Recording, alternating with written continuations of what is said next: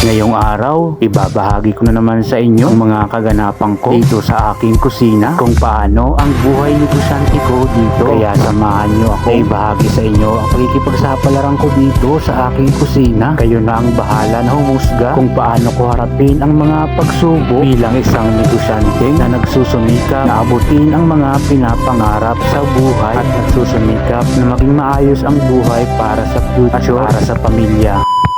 Mga bossing, eto na naman ang for today's video natin. Sa mga nakapalo nga sa akin, halos alam nyo na siguro ang kwento ng buhay ko sa araw-araw kong mga ginagawa dito sa kusina. Umpisa pa lang ng pagising ko sa umaga hanggang sa matapos ako sa pagluluto. Kaya alam kong kabisado nyo na ang kwento ng buhay ko dito. Bago ko nga ipagpapatuloy ang kwento natin dito, batiin ko muna kayo ng isang matagumpay na araw na naman. Opo, panibagong araw na naman nga ito at panibagong pagsubok na naman sa buhay. Halos sa araw-araw ko nga ang ginagawa dito. Kaya sanay na talaga ako mga bossing. Sa dami nga ng niluluto ko, hindi ko nga namamalayan ng oras na dumarating na pala ang umaga. Gigising ako ng alas 12:30 ng madaling araw at matatapos naman ako ng alas 9 ng umaga. At pagkatapos kong mag-asikaso, maglilinis muna ako dito sa aking kusina. At pagkatapos ko naman maglinis, matutulog ako. Kahit 2 oras lang natulog, okay na sa akin yun. Gigising ako ng tanghali para kumain. At pagkatapos naman kumain, mag-aasikaso na naman ng mga gawain dito ulit. Pero minsan nakakapag-edit pa ako ng mga videos. Tulad ngayong araw, nakapag-edit na naman ako ng video. Yan palang napapanood yung mga ginagawa ko rito. Halos hindi naman lahat na ibibidyohan ko ang mga ginagawa ko. Minsan kasi nagmamadali na ako sa pagluluto. Kailangan kasing habulin ng oras. Sa sitwasyon ko kasi ngayon, naisip ko lang at nirealize ko na para bang sa buong buhay ko, para bang lagi kong hinahabol ang oras kasabay ng paghahabol ng mga pangarap sa buhay. Paghahabol na kumita ng pera, pero hindi ko na naisip ang kasikatan sa buhay. Kasi nga habang nagkakaedad na nga